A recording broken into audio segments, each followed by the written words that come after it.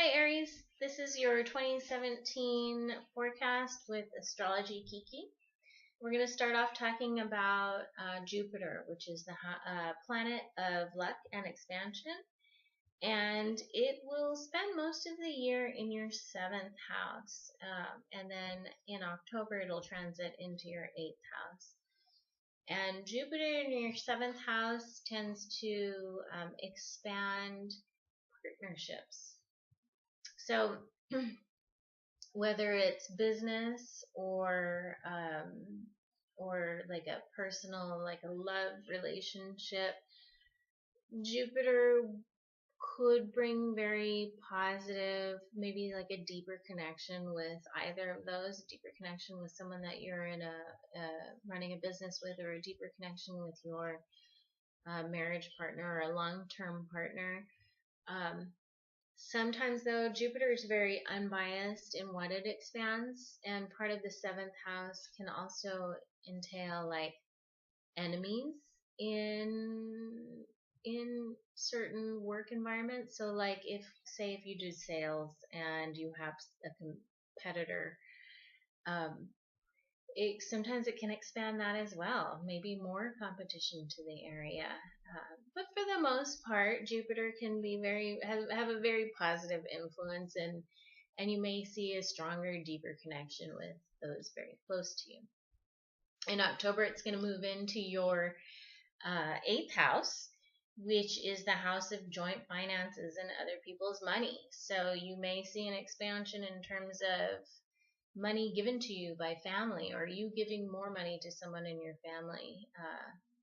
It could see an expansion of a loan and money in a joint partnership between you and a bank, or insurance payout, or commission, or taxes, something along those lines. I just want to give a word of caution, because usually when Jupiter expands things in such a financial area, it can expand your debt, or the money that sometimes it can expand money that's coming to you, which may or may not be a positive thing, because if you don't want to overextend yourself. It can also expand the money that goes out to maybe into a joint finance area. So just be cautious when Jupiter is in that area. Now, at the same time, we have Saturn. Saturn is the planet of restriction and teaching. It likes to teach you lessons. And that will be transiting as well from one house to another. But it is in your 9th house for most of the year. It won't go into your 10th house until December. And when Saturn is in your 9th house, you could find some difficulties with regards to distance travel, paired with a desire for travel and having that be a very difficult thing to accomplish, or difficulty with regards to schooling, like an educational degree, or court legal matters, things like that. So it's always trying to teach you a lesson. And what should happen is, by the end of this transit, you should be better prepared to move forward. And in December, it's going to move into your 10th house, which is the house of career and awards and recognition. So often when Saturn is in this area, you might feel trapped in your career. You might feel like you've made great strides to have some recognition for what you've done professionally, and no one's recognizing it. So it can be very frustrating in that sense. But again, Saturn's goal is to teach you a lesson, and I think what it's trying to do here is make you work harder to get where you need to be, and you will be better off in the long run because you've put that effort forth and you've been responsible and patient, and you will be rewarded, or you should be rewarded by Saturn. Now, the North Node is an area of your life, or a focus in which when you participate in certain activities or thinking, it makes you feel better. You feel like you personal growth and success. And this will be in the sixth house until or into May.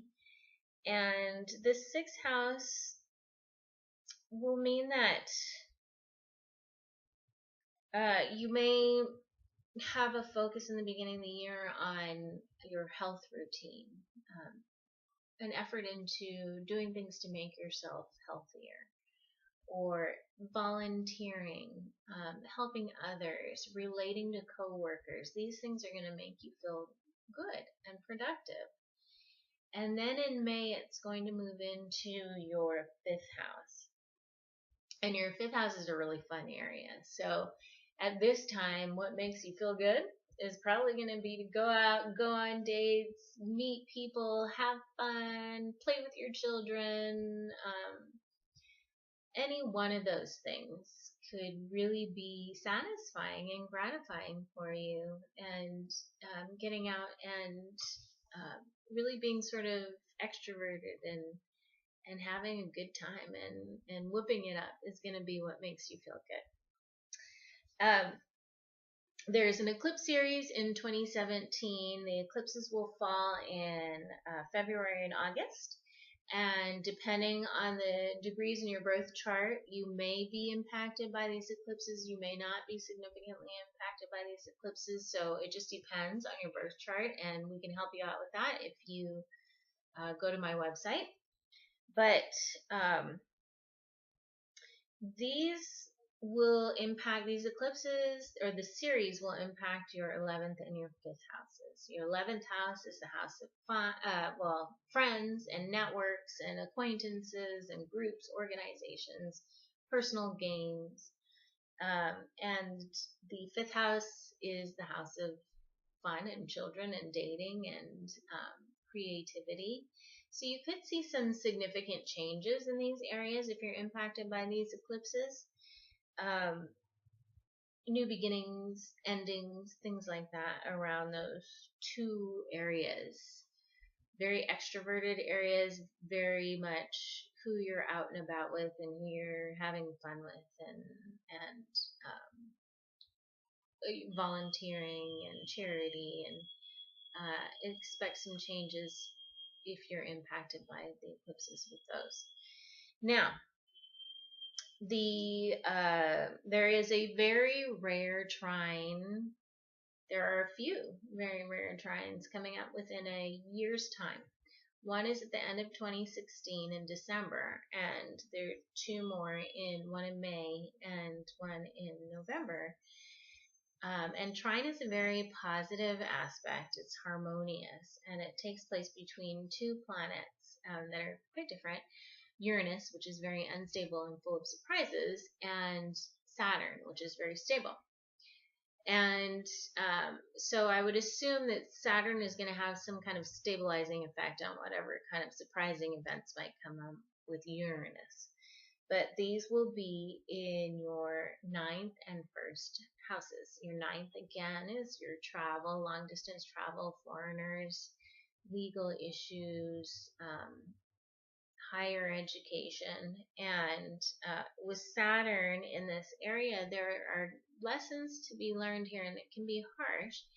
But with this trine with Uranus, you may see some events, some sort of surprising events that are actually a little bit of a period of productivity and a more harmonious period of time. And this is going to happen, like I said, and they could be linked. So if you look at what happened at the end of 2016, and then compare it to what's going on in the middle of May and the middle of November, that could give you some kind of idea of what that link is. But you should see some, in the midst of maybe your lessons to be learned, you might see some very harmonious things going on there, and maybe some unexpected surprises that are pleasant.